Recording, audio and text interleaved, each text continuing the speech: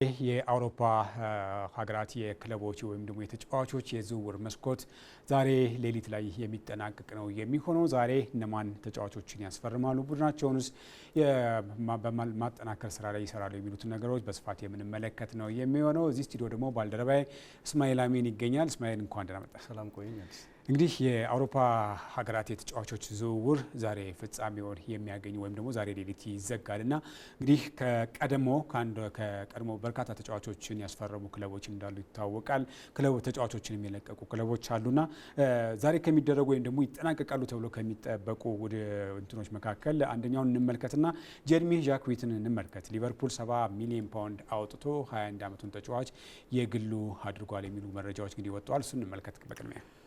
ይህ ፈረንሳዊ የ21 ዓመት በታች ብሔራዊ ቡድን ተጫዋች ነው። 72 ሚሊዮን ዩሮ ነው ሊቨርፑል ለዚህ ልጅ የከፈለው። እንግዲህ ላለፉት ወይም ደግሞ በቀጣይ አውሮፓ መድረክን ይቆጣጠሩ ተብሎ ከሚጠበቁት ተከላካዮች የመሀል ተከላካዮች ውስጥ አንዱ ነው። ለዚህ ነው ሁሉ ገንዘብ የወጣበት። በጣም ውዱ ዝውውር ነው ማለት ይቻላል። ስለዚህ ይህ ከሬንስ የፈረመው ተጫዋች እንግዲህ በሊቨርፑል ቤት ያለውን የተከላካይ ችግር ለአንዴና ለመጨረሻ ጊዜ ይቀርፋል ተብሎ ነው የሚጠበቀው። ግን ዝውውሩ ምናልባት ጥር ላይ እንደመካሄዱ አሁን ጥር ላይ አይደለም ዝውውሩን የሚያደርገው፣ ሜዲካሉን አድርጎ ወደ ሬንስ ይመለሳል። በቀጣይ ክረምት ነው እንግዲህ ይህንን ተጫዋች በቋሚነት መጠቀም የሚችሉት ሊቨርፑሎች ማለት ነው። ስለዚህ ይህ ተከላካይ እንግዲህ በትላልቅ ቡድኖች ሲፈለግ ቆይቶ ከቼልሲ ጨምሮ ብዙ ትላልቅ ቡድኖች ሲፈልጉት ቆይቶ ግን ደግሞ በሊቨርፑል መፈረም እንደሚፈልግ መናገሩን ተከትሎ የእሱን ፍላጎት መሰረት አድርጎ በሊቨርፑል ቤት እንዲፈርም የተገደደው 60 ሚሊዮን ዩሮ ሊቨርፑል ቀድሞ የሚከፍለው ነው። ከዛም በኋላ 12 ሚሊዮን ፓውንድ 12 ሚሊዮን ዩሮ መልሶ የሚጨምረው ይሆናል። ስለዚህ ጀርሚ ዣክዌት በቀጣዩ የሊቨርፑል የመሀል ተከላካይ ይሆናል ተብሎ ይጠበቃል። በተለይ በክረምቱ ሊቨርፑል ኮናቴን ሊያጣው ይችላል። እስካሁን ኮንትራቱን አልፈረመም። ፊርማውን ለማስፈረም እንግዲህ ፍቃደኛ አልሆነም። ስለዚህ በነፃ የሚለቀው የፈረንሳይ ተጫዋች በሌላ ፈረንሳይ ተጫዋች ይተኳል ተብሏል። ለዘላቂነት መፍትሄ የሚሆን አይነት ተጫዋች ነው የፈረመው ተብሎ ነው እየተጠቀሰ የሚገኙ። ስለዚህ ጀርሚ ዣክዌት በሊቨርፑል በቀጣይ ዓመት ክረምት ላይ የምንመለከተው የተከላካይ ክፍል ተጫዋች ነው። የመሀል ተከላካይ ነው። ሁሉ ነገር ማድረግ ይችላል። ክፍተቶችን መጠቀም ይችላል። ፍጥነቱ የሚገርም ነው። ፊዚካሉን በዛ ደረጃ የሚታይ ነው። በተለይ ኳስን ይዞ በመጫወት ላይ በጣም የተሻለ ተጫዋች ነው። ጭንቅላቱን በደንብ መጠቀም የሚችል ነው። አጥቂዎችን መቆጣጠር በደንብ የሚችል አይነት ተከላካይ ተብሎ ነው የሚጠቀሰው። ስለዚህ ሊቨርፑል ዓለም ላይ ካሉ ምርጥ 10 ተከላካዮች ወደፊቱ ተብሎ ከተጠቀሱት ቁጥር 1 ላይ የሚገኙ ተጫዋች ነው በ72 ሚሊዮን ዩሮ ያስፈረመው ማለት ነው። ሊቨርፑል አሁን ያለውን የሊቨርፑል ተከላካይ ችግር እናውቀዋልና በዘላቂነት የሚፈታ ተጫዋች ነው ተብሎ ይጠበቃል። ሊዮኒም እንግዲህ ከጉዳቱ አገግሞ ልምምድ ጀምሯል። ስለዚህ በቀጣይ ሊቨርፑል ተተኪዎች ሊሆኑ የሚችሉት የ18 ዓመቱ ሊዮኒ ጣሊያናዊ ተጫዋችና ዣኬት የ20 ዓመቱ ተጫዋች ይሆናል ማለት ነው። ቀጣይ እንግዲህ ሊቨርፑል እንግዲህ ቀጣዩ ይህን ተጫዋች የ21 ዓመቱን በሚቀጥለው ከክረምት ወይም ደግሞ በአዲሱ የውድድር ዓመት ላይ በሊቨርፑል መለያ የምንመለከተው ነው የሚሆነው። ማይክል ሜሪኖን እንመልከት። ምናልባት ጉዳት ገጥሞታል። እንግዲህ የዓለም ዋንጫም ሊያልፈው ይችላል ተብሎ ነው እየተጠበቀ የሚገኘውና ምናልባት በእነዚህ ሰዓታት ውስጥ አርሰናል እሱን በተለይ ሁለገብ ተጫዋች እንደመሆኑ መጠን ሚካኤል ሜሪኖ ምናልባት አርሰናል በእነዚህ በቀሪ ሰዓታት ውስጥ አዲስ ተጫዋች ማስፈረም የሚችልበት አጋጣሚ ይኖራልስ? መረጃዎች ሳሉ ከማንቸስተር ዩናይትድ ጋር ባደረጉት ጨዋታ ነው ማይክል ሜሪኖ እንግዲህ ተጎድቶ ጉዳቱ ብዙም አያሳስብ ነበር። እግሩ ላይ ሰርጀሪ ማድረጉን ተከትሎ እንግዲህ የዓለም ዋንጫ ሁላ ሊያመልጠው ይችላል ተብሎ መረጃዎች ወጥተዋል። በዚህ ጉዳት ምክንያት እንግዲህ ስፔን ብቻ ሳይሆን የምትጎዳው አርሰናል በትልቁ ሊጎዳ ይችላል ተብሎ ይጠበቃል። ባለፈው ዓመት ጨምሮ እንግዲህ እስካሁን ድረስ 11 ጎሎችና 5 አሲስቶችን ያደረገ አይነት ተጫዋች ነው። አጥቂዎቹ ባልነበሩበት ጊዜ የእሱ ሁለገብ ሚና አስፈላጊ ሆኖ ተገኝቷል ለአርቴታ ማለት ነው። አሁን ግን ይህንን ተጫዋች እንግዲህ ለረጅም ጊዜ የሚያጡት መሆኑን ተከትሎ በቀረው ሰዓት እንግዲህ አርሰናል ወደ ዝውውር ገበያው ይሳተፋል ተብሎ ይጠበቃል። ይህንን ሁለገብ እንቅስቃሴ ሊተካ የሚችለውን የመሀል ሜዳ ተጫዋች ሰርች ላይ ወይም ፍለጋ ላይ እንዳለ ነው እንግዲህ አርሰናል እየተነገረ ያለው። ትልቅ ተጫዋቾችን እየተመለከተ ይገኛል አርቴታ። ስለዚህ ተጫዋቾችን ወደ ኤምሬትስ ለማምጣት ሙከራዎችን እያደረገ ነው። እስከ ሌሊት 6 ሰዓት ያለውን ዝውውር ለመጠቀም እንግዲህ አርሰናል የተለያዩ ተጫዋቾችን እይታ ውስጥ ይገኛል። በመሀል ሜዳ ላይ ያለው እንቅስቃሴ ሁለገብ እንቅስቃሴው በተለይ አጥቂ መስመሩን ሸፍኖ መጫወት የሚችልበትን አቅም ተከላካዮችን የሚሸፍንበት በቀኝም በግራም እየሆነ መጫወት የሚችለውን ይህን ተጫዋች ለመተካት እንግዲህ አርቴታ እስከ መጨረሻው 6 ሰዓት ድረስ እንደሚጥር ነው እንግዲህ መረጃዎች እየተነገረ የሚገኘው። ሜሪኖ ለአርሰናል የሚያደርገው ጥቅም እንዳለ ሆኖ እሱን ለመተካት የሚደረገው ሩጫ ግን ቀላል እንደማይሆንም እየተገለጸ ነው። እሱን የሚመስል ተጫዋች ማግኘት እንደሚከብዳቸው ነው እንግዲህ መረጃዎች እያመለከቱ የሚገኙት። ስታቶቹን ስንመለከት ሜዳ ሙሉ አካሉ መጫወት ላይ በጣም የተሻለ ተጫዋች መሆኑን ነው እንግዲህ የተመለከት ነው። በተለይ አጥቂ መስመር ሆኖ 9 ቁጥር ሲሆን ደግሞ ከአጥቂ መስመርነቱ ይልቅ የመሀል ተጫዋቾችን በሚያግዝበት ሚና በጣም ከፍ ያለ መሆኑ ስታቶቹ ያመለክታሉ። ስለዚህ አርቴታ ወደ ገበያ ሲወጣ ይህንን ተጫዋች ሊተካ የሚችል ማምጣት እንዳለበት ነው የተገለጸው። ኤቤርቺ ኤዜ እንደ መሀል ተጫዋች እንደ ካይ ሃቨርትስን የመሀል ሜዳ ተጫዋች እንደ ኦዴጋርድን የመሳሰሉ ኖርጋርድ እስካሁን ያልተጠቀመበት ተጫዋች ቢኖረውም ግን ሜሪኖን የመሰለ ተጫዋች ግን ገበያ ላይ መፈለግ እንዳለበት እንደተሰማውና ያንን ተጫዋች የሚተካ አይነት ለመግዛት ነው እንግዲህ ወደ ገበያ የወጣው። እስከ 6 ሰዓት ባለው ሰዓት እንግዲህ አዲስ የአርሰናል ተጫዋች ልንመለከት እንችላለን የሚሉ ብዙ መረጃዎች እየወጡ ነው። እንግዲህ የምንጠብቅ ይሆናል ማለት ነው። ማቴታን እንመልከት። ኤሲ ሚላን ንግግር እያደረገ ነው። ክሪስታል ፓላስ ይህንን ተጫዋች እንግዲህ ፓላስን ለመልቀቅ ቁርጠኛ አቋም መያዙን ተከትሎ በተለይ ደግሞ ኦሊቨር ግላስነር ይህንን ቡድን በክረምቱ ሊለቁ እንደሚችሉ መናገራቸውን ተከትሎ ጌ ከዚህ ቡድን ወጥቷል።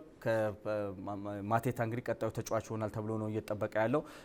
ከጫፍም ደርሷል። 30 ሚሊዮን ዩሮ ኤሲ ሚላን ለዚህ ተጫዋች የሚከፍል ይሆናል ተብሎ ይጠበቃል። ግን ጁቬንቱስ ይህንን ተጫዋች ቀድሞ ፈልጎት ነበር። ግን እሱ እዛ መግባት አለመፈለጉን ኤሲ ሚላን መምረጡን ተከትሎ ነው እንግዲህ ወደ ሚላን ሊሄድ ይችላል ተብሎ የተነገረ ያለው። ግን ንግግሩ ዝውውሩ ሳንካ ሊገጥመው እንደሚችል ግን የተወሰኑ መረጃዎች እያመለከቱ ነው።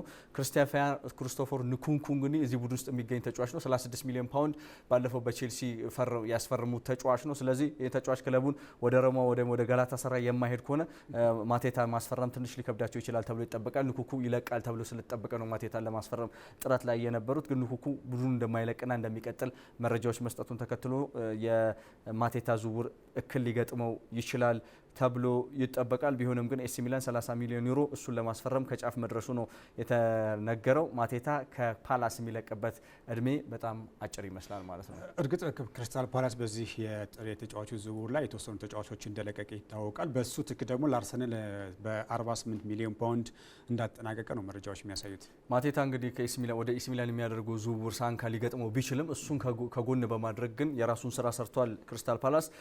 ጀርገን ስታንደር ላርሰንን እንግዲህ በ48 ሚሊዮን ፓውንድ ነው እንግዲህ ያስፈረመው። ከወልቭስ ቤት ምርጥ እንቅስቃሴ እያሳየ ያለው ብቻውን ይህንን ወልቭስ ቤት እገዛ እያደረገ የሚገኝ ተጫዋች ነው ብሎ መግለጽ ማጋነን አይሆንም። ብቻውን የወልቭስን የአጥቂ መስመር ለማስተካከል የሚጥር አይነት ተጫዋች ነው። 25 ዓመቱ ላይ ነው የሚገኘው።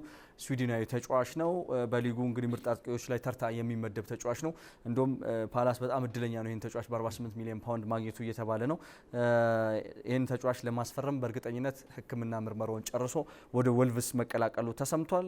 የማቴታ መሄድም አለመሄድም ብዙም አይጎዳቸውም። የእሱን ተተኪ ግን በቀጥታ ያስፈረሙ መሆናቸው እንግዲህ ተገልጿል። ወልቭስ እንግዲህ አንጀል ጎሜዝና አደም አምስትሮንግንም በተጨማሪ ያስፈርሟል። የእሱን መልቀቅ ተከትሎ በሱ ገንዘብ አደም አምስትሮንግ እንግዲህ በሳውዛምፕተን ቤት የምናውቀው ተጫዋች ነው። አንጀል ጎሜዝም በማርሴይ የነበረ ተጫዋች ነው። ወደ ወልቭስ የመጣ ተጫዋች ሆናል ማለት ነው። ላርሰን እንግዲህ ለአንዴና ለመጨረሻ ጊዜ ይህንን ክለብ ለቆ በ48 ሚሊዮን ፓውንድ ክሪስታል ፓላስን ተቀላቅሏል ማለት ነው። ንጎሎ ካንቴን እንመልከት። እንግዲህ በቼልሲም እንዲሁም በፈረንሳይ ብሔራዊ ቡድን ጋር ውጤታማ ተጫዋች እንደሆነ ይታወቃል። በአሊታድ ወደ ሳውዲ ፕሮ ሊግ እየተጫወተ እንደሆነ ይታወቃልና አሁን ደግሞ ወደ ፌኔርባቼ የተመለሰበት መረጃዎች አሉ።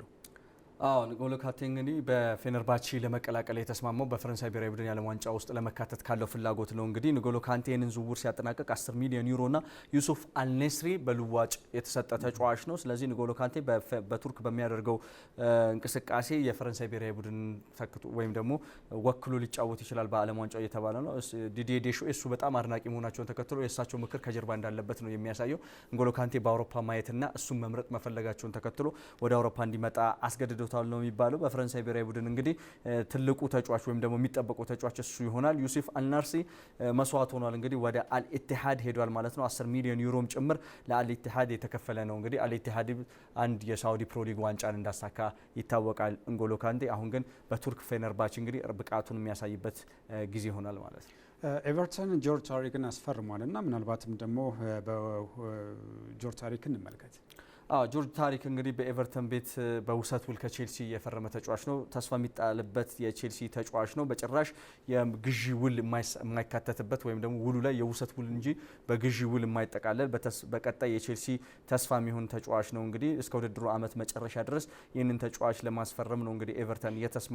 ኤቨርተን የአጥቂ መስመር ችግር እንዳለበት ይታወቃል። እንደ ቤቶን የመሳሰሉ አጥቂዎች ቢኖርም ግን በክለቡ መቆየታቸው እርግጠኛ ያልሆነ መሆኑን ተከትሎ ነው ታሪክን ያስፈረሙት። ታሪክ እንግዲህ በልዩነት በቼልሲ ቤት ብዙ ጨዋታዎችን አላደረግም። ኤቨርተን ቤት ግን የተሻለ ነገር ያሳያል ተብሎ የሚጠበቅ ተጫዋች ነው። ዳትሮ ፎፋና ከቼልሲ በተመሳሳይ እንግዲህ ስትራስቦርን በውሰት መቀላቀሉ ነው እየተገለጸ የሚገኘው።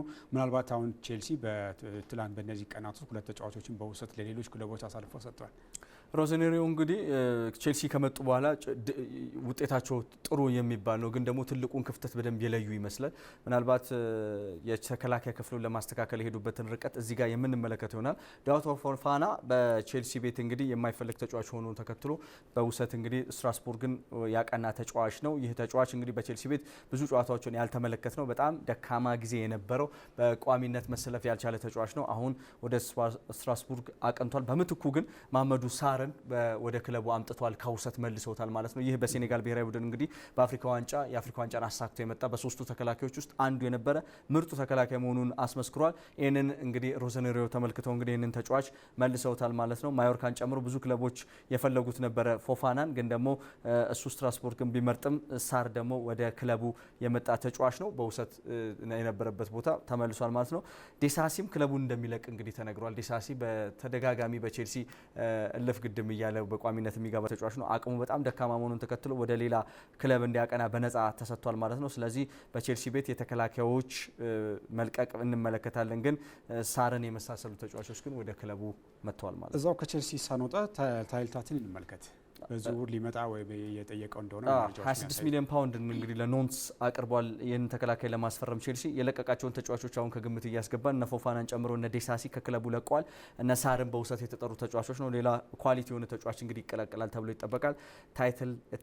ታይል ታቲ ይባላል። ይህ ፈረንሳይ ተከላካይ እንግዲህ ምርጥ አቋሙ ላይ የሚገኝ ተጫዋች ሲሆን 26 ሚሊዮን ፓውንድ እንግዲህ የቀረበ ተጫዋች ነው። ቅድም ጀርሚ ጃኩዌትን እስከ ጫፍ ድረስ የሄደው ቼልሲ ነበር፣ ግን እሱ ምርጫው ሊቨርፑል መሆኑን ተከትሎ ነው እንግዲህ ወደ ክለቡ ያልተቀላቀለው። ታይል ታቲን ግን እንደ አማራጭ ተጠቅመውበት 26 ሚሊዮን ፓውንድ እንግዲህ ከፍለው ሊያስፈርሙት ከጫፍ የደረሱት ተጫዋች ነው። ቼልሲ ሌላኛውን የመሀል ተከላካይ ሊያስፈርም ከጫፍ መድረሱን ነው የሚያሳየው። ባልደረባዬ እስማኤል አሚን እንግዲህ እዚህ ስቱዲዮ ተገኝተህ አጠቃላይ ዛሬ የሚዘጋውን ዝውውሮችን በተመለከተ ስላደረስከን መረጃ እጅግ አድርጌ አመሰግናለሁ። መልካም ጊዜ ሆነልኝ። መልካም ጊዜ